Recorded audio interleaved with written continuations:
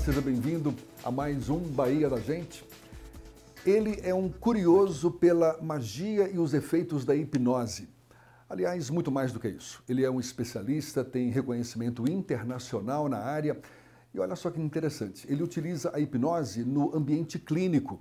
Isso para ajudar as pessoas a lidar melhor com as enfermidades, sejam elas no nível mental, emocional, sejam na área odontológica. É isso mesmo, ele é formado em odontologia e aplica no consultório o que se chama de terapia com hipnose clínica. O Bahia da Gente de hoje recebe, com muito prazer, o cirurgião dentista e hipnólogo Diego Wildberger. Por favor, chegue mais. Jefferson. Como é que vai? Tudo bom? Ótimo. Prazer recebê-lo aqui, muito Prazer obrigado. Enorme estar aqui. Fique à vontade. Vamos lá. O assunto é super interessante, né? Agora, antes da gente entrar no mérito da hipnose, como é que você utiliza essa hipnose nesse ambiente clínico, que ponte foi essa que surgiu da odontologia para a hipnose? Na verdade, eu sempre quis aprender um pouquinho sobre hipnose, né? Desde pequeno a gente via na televisão aquelas pessoal fazendo show, fazendo mágica e fazendo o pessoal imitar galinha e comer a cebola achando que era maçã. Eu falei, caramba, eu preciso aprender essas coisas para fazer com os meus amigos. E quando eu estava na faculdade, a coordenadora mandou um e-mail falando, vai ter uma palestra de hipnose e está aberta para os estudantes de odontologia. Eu falei, cara, eu vou para ver como é que é isso. E quando eu cheguei lá, na verdade, ele estava falando de como que a hipnose pode ajudar no controle da ansiedade, como que pode ajudar no controle da depressão, medos, fobias, controle de sangramento, melhora do sistema imunológico. Você, como dentista, de certa forma, lida com tudo isso, Eu né? falei, caramba, tem tudo a ver com o que eu estudo. Então eu comecei já na faculdade a me aprofundar nos estudos com hipnose e já comecei a aplicar na odontologia, né? Com o tempo surgiu a necessidade de ajudar outras pessoas que não pacientes odontológicos, porque as técnicas são bem parecidas. O paciente que tem uma fobia de dentista, a técnica utilizada é a mesma com o paciente que tem fobia de avião. Quer dizer, aí você passou a se especializar em hipnose também? Você fez cursos de hipnose? E aí eu passei a me especializar em hipnose, precisei ir para São Paulo, né, precisei tomar alguns cursos reconhecidos nos Estados Unidos e com um dos maiores nomes, né, da hipnose clínica, o Jeffrey Zeig, o Sean Michael Andrews, a Rosa Basto em Portugal. Quanto tempo dura uma formação nessa área? Aqui no Brasil, Jefferson, a gente ainda não tem uma formação a longo período, né? Infelizmente ainda são cursos pequenos, de 5 dias, 7 dias, porque é reconhecido apenas pelos conselhos de saúde. Medicina, odontologia, psicologia, como fisioterapia. Uma especialidade médica? Como uma especialidade ou como uma habilitação, né? Todos esses conselhos, eles reconhecem a utilização da hipnose para levar mais benefícios de saúde para o paciente. Conselhos da área da saúde? Da saúde. Conselho de medicina, conselho de odontologia, conselho de psicologia, conselho de fisioterapia.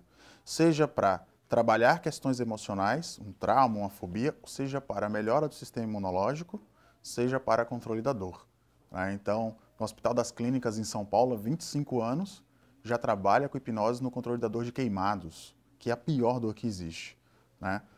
Na Europa, nos Estados Unidos, já trabalham muito na questão mais imunológica, pacientes com AIDS, o tratamento do câncer, né? Em Brasília já tem um trabalho, inclusive feito por um dentista também, um trabalho de doutorado sendo feito no uso da hipnose no controle, na ajuda do paciente com câncer, do paciente oncológico. A hipnose não é algo novo, né? A hipnose Não. Existe desde quando? Desde que existe ser humano na face da Terra.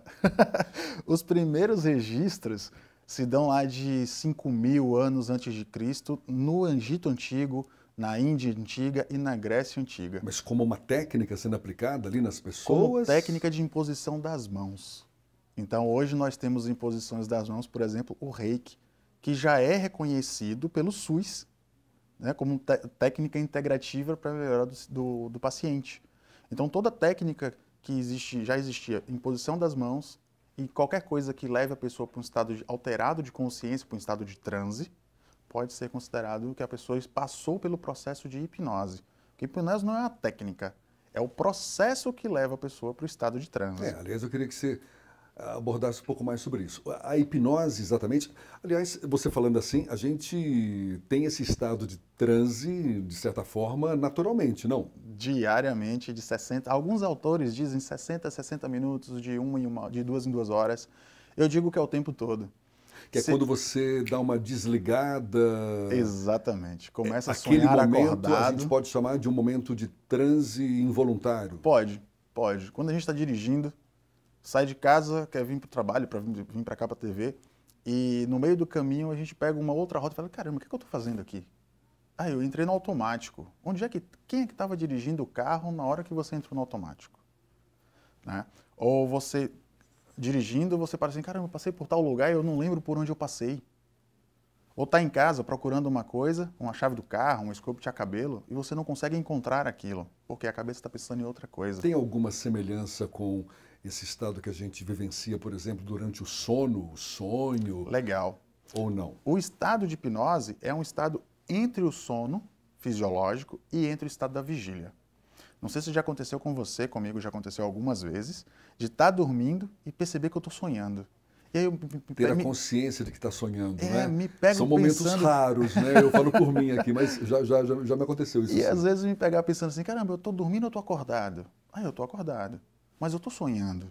Mas se eu estou sonhando, como é que eu estou pensando que eu estou sonhando? Como é que eu sei que eu estou sonhando? Ah, então o sonho, propriamente dito, não é. É completamente diferente do sono. Diferente. Dentro da hipnose, a gente tem uma predominância de frequências cerebrais, alfa e teta. No sono, a gente varia muito e tem uma predominância de ondas delta, de frequências delta, tá? Que são frequências muito baixinhas.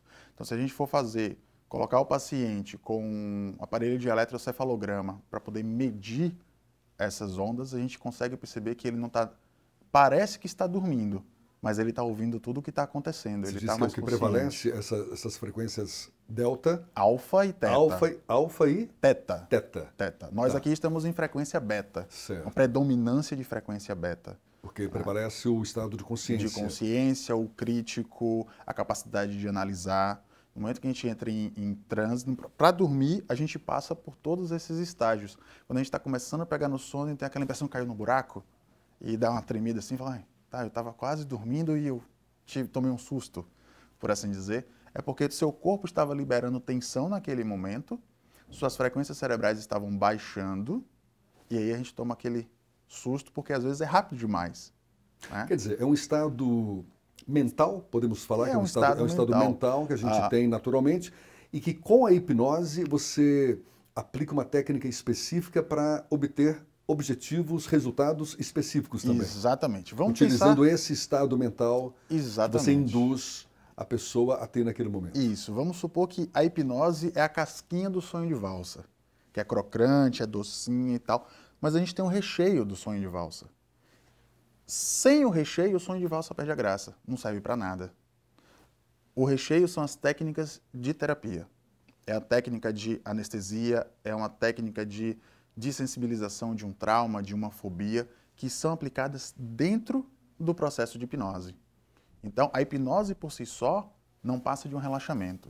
Quer dizer que é possível você iniciar um processo, um procedimento cirúrgico, por exemplo, induzindo a pessoa a não sentir dor, mas sim, responda isso daqui a pouquinho. A gente está aqui levando um papo com o Diego Wildberger, cirurgião dentista e hipnólogo, e a gente vai falar um pouco mais dessa terapia, como é que é? Terapia complementar ou técnica integrativa. Na área da odontologia, daqui a pouquinho. Aguarda.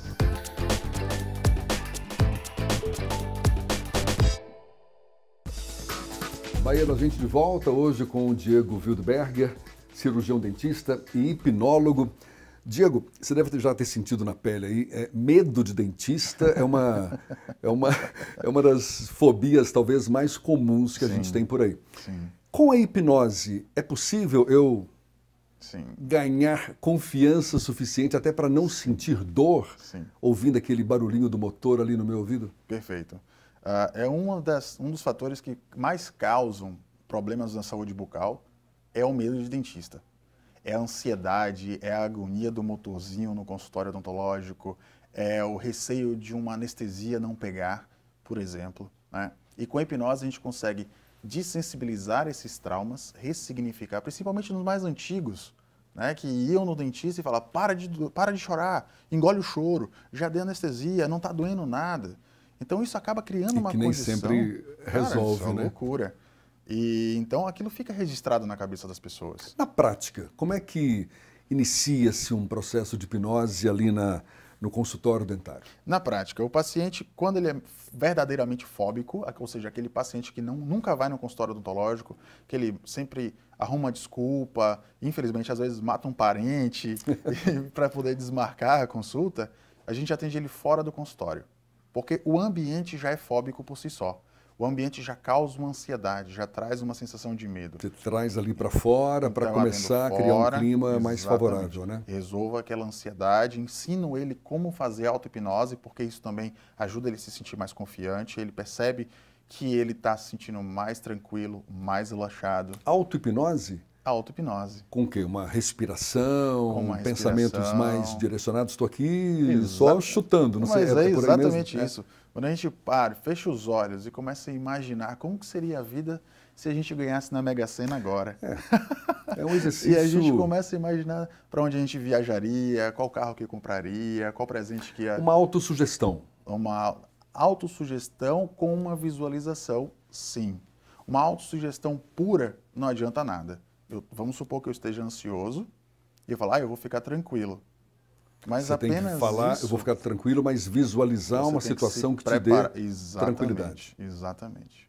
Esse é o primeiro passo. Esse é o primeiro passo, é preparar o paciente, desensibilizar os traumas antigos, ou ressignificar os traumas antigos relacionados à odontologia, mostrar para ele que é um procedimento seguro, que ele está com um profissional capacitado, e a gente vai como se fosse um banho de água fria. A gente vai entrando aos poucos até o corpo estar já ambientado com a temperatura da água e você poder tomar um banho adequado. Com o paciente é a mesma coisa. Tem que haver uma predisposição do paciente, né? Tem que haver um querer. Porque como é um estado natural, como a gente experimenta várias vezes ao longo do dia, já todo mundo é hipnotizável. Salvo as pessoas que sofrem de Alzheimer, de Parkinson no estágio mais avançado. Pacientes autistas e síndrome de Down, eles podem ser bastante desafiadores, né? E os esquizofrênicos a gente precisa ter bastante cuidado, porque o esquizofrênico ele já vê o que não existe, já ouve o que não existe e toma aquilo como se fosse verdade. Não seria o melhor dos pacientes, então? Não seria o melhor dos pacientes. A gente precisaria ter um acompanhamento com psiquiatra, com psicólogo, para poder estar atendendo aquele paciente. Agora, quando você diz que é importante que a pessoa queira, sim, né, se submeter a esse tipo de experiência, é muito mais do que não acreditar, porque eu posso querer, mas não acredito. Sim. É porque a pessoa se torna mais colaborativa. Eu não acredito. Eu não acredito que essa comida é boa, mas eu quero experimentar. Ou seja, você se torna mais colaborativo para experimentar algo novo. E o querer é muito mais forte do que o acreditar ou não. Porque você pode não acreditar de maneira consciente, mas você pode acreditar de maneira inconsciente. Isso não leva muito tempo, isso acontece assim. E passado esse primeiro momento, aí vai lá para o consultório, para a poltrona, se deita, e aí que tipo de técnica que você aplica nesse momento? Nós trabalhamos com técnica de relaxamento, nós trabalhamos com a técnica de dissociação. O que é a dissociação? Dissociação é, por exemplo, você está no momento presente, seu corpo está no momento presente, mas sua cabeça está em outro lugar. Então, alguns pacientes, eu sempre pergunto, me diz um lugar que você viajou que você gostava, ou quando você era criança, ou adolescente, adulto. E a gente leva, durante o atendimento odontológico, a gente leva a pessoa para aquele lugar. Então, tem alguns casos, teve uma paciente que foi para um clube aquático em Fortaleza, e durante a cirurgia dela, ela estava no clube aquático em Fortaleza. Uma outra estava em Londres. Então, durante o procedimento odontológico, a cabeça, a cabeça do paciente, ele está naquele lugar que ele gosta. A gente tem uma imagem, inclusive. Tem algumas. Vou pedir para ir. Uma delas... Esse momento, você está preparando a paciente ainda? Como é? Nesse momento, a gente tem a paciente na cadeira. Na verdade, eu fui apenas como cirurgião dentista que atua com hipnose. A gente pode ver que ali no canto tem o cirurgião, o que vai fazer o procedimento. Ele está já com equipamento, né? Já está com o jaleco, já está com a luva estéreo, preparado para sentar. O material já está ali em cima coberto. Sim. Essa paciente ela já tinha sido preparada antes para controlar a ansiedade, Aquele para primeiro controlar momento o que medo. você falou. Exatamente. E aqui, especificamente, ela está aplicando uma técnica que a gente chama de luva anestésica, onde a gente anestesia a mão dela através da hipnose e a gente passa aquelas sensações de anestesia para a região de boca, lábio, gengiva, e ela já começa a experimentar aquelas sensações. Por meio do contato da mão dela com a região da boca e tal. Exatamente. Claro que isso não exclui o uso do anestésico. A gente utiliza muito menos anestésico do que precisaria utilizar, mas passa mais conforto para o paciente. Mas na melhor das hipóteses, você não usa anestesia? Eu uso. Eu sempre uso. Sempre usa. Sempre uso, porque traz um conforto melhor para o paciente. É como se fosse um suporte psicológico. É possível realizar procedimento sem anestesia? Sim. Então, se a gente botar no Google, a gente vai ver que na Europa, alguns hospitais já estão realizando cirurgias cerebrais substituindo anestesia geral por hipnose. Tem uma segunda foto também, quer ver? Esse momento ela já está hipnotizada? Esse momento ela já está em transe. Na verdade, foi um primeiro momento que antecedeu aquela foto anterior. Sim. A gente tem uma aluna da faculdade que vai fazer o procedimento nela e eu estou ali do lado, colocando ela em transe e mantendo ela em transe. Então, Essa opção pela hipnose é uma escolha do paciente ou você já oferece mesmo ali como parte do seu serviço? Geralmente, quem me procura já sabe que eu trabalho com hipnose. Já sabe que eu ajudo na resolução de traumas, de medos, de fobia. Então já me procura sabendo. O paciente que não sabe, eu digo, você tem a opção de fazer com o método convencional e você tem a opção de fazer com hipnose e se sentir mais confortável na cadeira. Se sentir mais tranquilo, mais relaxado. O que é que você prefere? Eu prefiro me sentir mais tranquilo, mais relaxado. Então a gente sempre começa trabalhando com hipnose. Claro que a gente precisa desmistificar um pouco. Tirar aquela ideia de que a pessoa vai ficar inconsciente. Ela não perde a consciência, né? Jamais. Ela entra nesse estado de transe, mas sabe perfeitamente que está vivenciando todo esse tipo de momento, não é? Imagina que o paciente está de olhos fechados, ele está com relaxamento físico, né? Então os sentidos vão se desligando também. É um ambiente onde ela não tem nada na boca, então o paladar também está desligado. O olfato é um ambiente de olfato neutro. Então, a audição dela precisa compensar todos esses sentidos que estão desligados. Agora, o efeito positivo que a pessoa adquire ou vivencia num momento como esse é algo que pode ser reproduzido em situações diferentes, mesmo não sendo hipnotizado? Sim. Me responda daqui a pouquinho, que a gente vai fazer mais um intervalo e volta já aqui com o Bahia da Gente. Legal.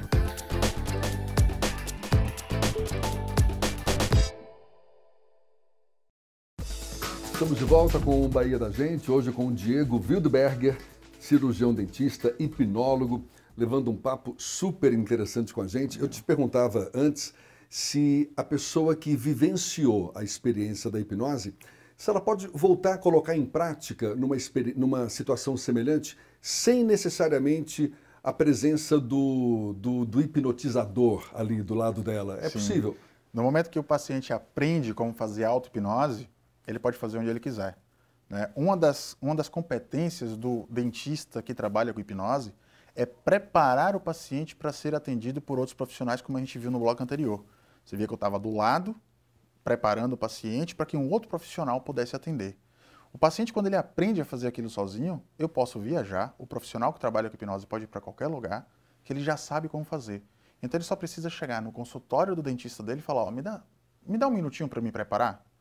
E ele começa a aplicar as técnicas de auto-hipnose naquele momento para que o dentista possa também fazer o que tem que ser feito. Quer dizer, diante de outros profissionais, mas também diante de qualquer situação. Qualquer outra situação. Em que ele se sinta desafiado. Por exemplo, o que mais tem me procurado é a questão da síndrome do pânico, de fobia social, que traz para o paciente uma sensação de ansiedade exacerbada e ele precisa sair daquele local. Quando ele entende o que está acontecendo com ele e ele sabe como aplicar as técnicas de auto-hipnose, ele tem controle emocional e aquilo deixa de incomodar ele. Quando ele aprende a controlar a forma como pensa, porque o que a gente pensa influencia na forma como a gente se sente. que influencia também na forma como a gente se comporta. A programação neurolinguística fala Agora, isso, né? Aliás, programação neurolinguística, eu ia te fazer uma pergunta, mas você tocou nesse assunto. Você está ministrando também num MBA de PNL, não é isso? Sim, eu sou professor do primeiro, eu acredito que o primeiro MBA de PNL, né? E oferecido pela Faculdade Hélio Rocha, tem a Magali Evangelista como coordenadora do curso, e eu sou professor da disciplina de hipnose ericksoniana, que é como que a gente pode utilizar a hipnose de maneira conversacional para flexibilizar crenças, para flexibilizar comportamentos, ou para abrir mais uma ideia, encontrar uma solução. Então, eu acredito que vai ser em setembro, se não me engano, que eu vou estar Só por para lá. ficar claro, programação neurolinguística é todo esse código, Tem uma frase bem complexa, né, que explica a programação neurolinguística, que a programação neurolinguística é a tecnologia, pode-se dizer assim, que estuda a estrutura subjetiva do comportamento humano.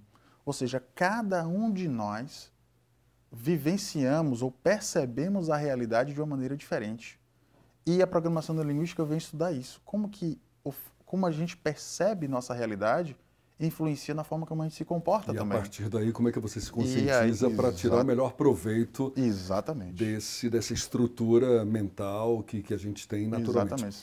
Agora, você estava dizendo, né, que uma vez aprendido, né, o caminho para se hipnotizar, para atingir um estado favorável para determinados fins e tudo mais, agora fica tudo mais fácil. Mas tem certos problemas que são meio provocados por traumas, não é? Assim, algo que está muito enraizado, que às vezes você nem tem conhecimento do porquê que existe.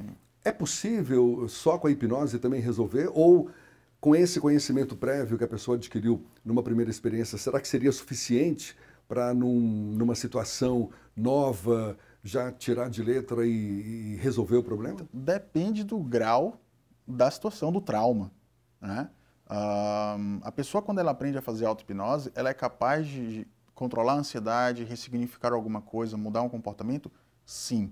Mas a depender do que ela vivencia, ela precisa sim do auxílio de um profissional, de um psicólogo, de um psiquiatra, de um hipnoterapeuta, algumas vezes de um tratamento multidisciplinar, porque a nossa mente inconsciente ela é muito inteligente, ela faz de tudo para nos proteger. E às vezes, para nos proteger, ela nos prejudica. Então, com o auxílio de um profissional, a gente consegue ajudar aquela pessoa de uma maneira melhor. Então, às vezes, não apenas a auto-hipnose é suficiente, mas funciona para muita coisa. Para um paciente que vai fazer, um cliente que me procura, por exemplo, eu procuro um outro profissional para trabalhar, para se concentrar melhor para uma prova. Ele consegue aplicar a auto-hipnose para se concentrar numa prova? Sim. A partir do momento que ele aprendeu a se concentrar numa prova, vamos supor que ele passou para a medicina. Ele consegue utilizar as técnicas de auto-hipnose para uma cirurgia? Sim. Se preparar para um procedimento cirúrgico? Sim. Vamos supor que eu sou caminhoneiro e eu fico muito cansado na estrada quando eu estou trabalhando. Quando eu aplico a auto-hipnose na estrada, eu posso me concentrar melhor? Sim.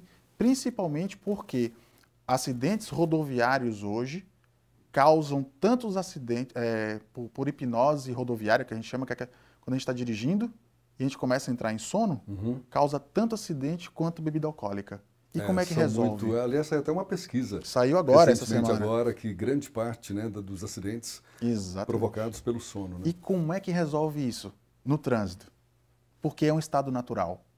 Então, aquele motorista que ele aprende a fazer auto-hipnose, ele se mantém mais concentrado, ele se mantém mais alerta, ele se mantém menos cansado.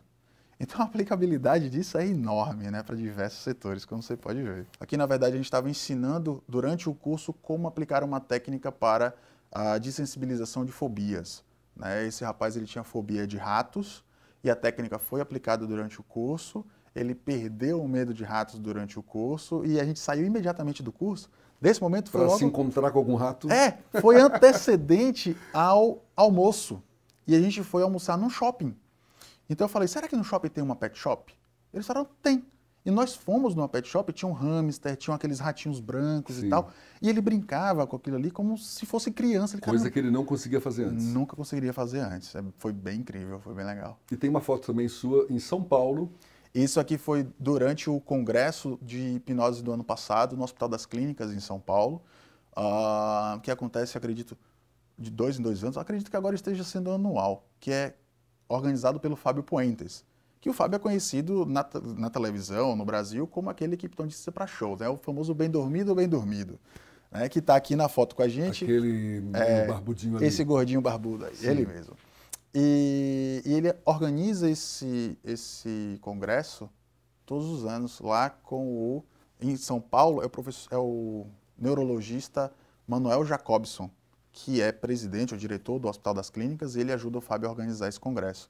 Então tá ali também o careca é o Rui Sampaio, que ele é médico psiquiatra, e ele organiza, ele quem coordena um único setor de hipnose forense no Brasil, utilizando a hipnose para resolução de crimes, de roubos, assaltos, hipnotizando vítimas, crimes hediondos, testemunhas, criminosos. Não, criminosos não, porque a lei não permite a gente criar evidência contra nós mesmos. Né? A lei brasileira não permite isso. Então ele faz a hipnose com as testemunhas, eventualmente com a vítima, para colher informações e fazer um cruzamento de informações, né? E poder chegar Fantástico. Ao sujeito. Diego, para a gente encerrar, uma única pergunta. O que mais precisa? Onde mais a hipnose pode avançar? Eu vejo aí, né, congresso, ou seja, deve haver muita troca de experiência. Sim. É algo que você chegou a dizer aí, milenar. Exato. Ainda tem muito que descobrir nessa área da hipnose? No Brasil, a gente está começando ainda, né? Comparado com outros países, a gente está engatinhando. Como eu falei num bloco anterior, na Europa já estão realizando cirurgias cerebrais, substituindo a anestesia química geral por hipnose. Né? Com hipnose, a gente consegue levar o paciente para um estado muito parecido com um coma para realizar uma cirurgia. Tá? Em outros países, cirurgia cardíaca, cirurgia pulmonar, em São Paulo, Rio de Janeiro, já são feitas colocação de catéter para hemodiálise de pacientes com hipnose. Então, a gente ainda está engateando com a hipnose, ainda existe muito estigma daquela hipnose de palco. Um certo preconceito também, não é? Exatamente. Tem um reloginho na sua frente ali. Exatamente. Mas se formos à internet, especificamente o site da PubMed, que é um site que há publicações de artigos científicos, se colocarmos termos em inglês, hipnose, hipnose com criança, hipnose no controle da dor, hipnose na oncologia, a gente vai encontrar dezenas de artigos científicos recentes comprovando a eficácia da hipnose na área da saúde. Né? Então, claro, além da saúde, mudanças de comportamento, flexibilização de crenças e muitas outras coisas. Diego, muito obrigado pelo bate-papo. É um prazer Parabéns. Enorme meu estar aqui.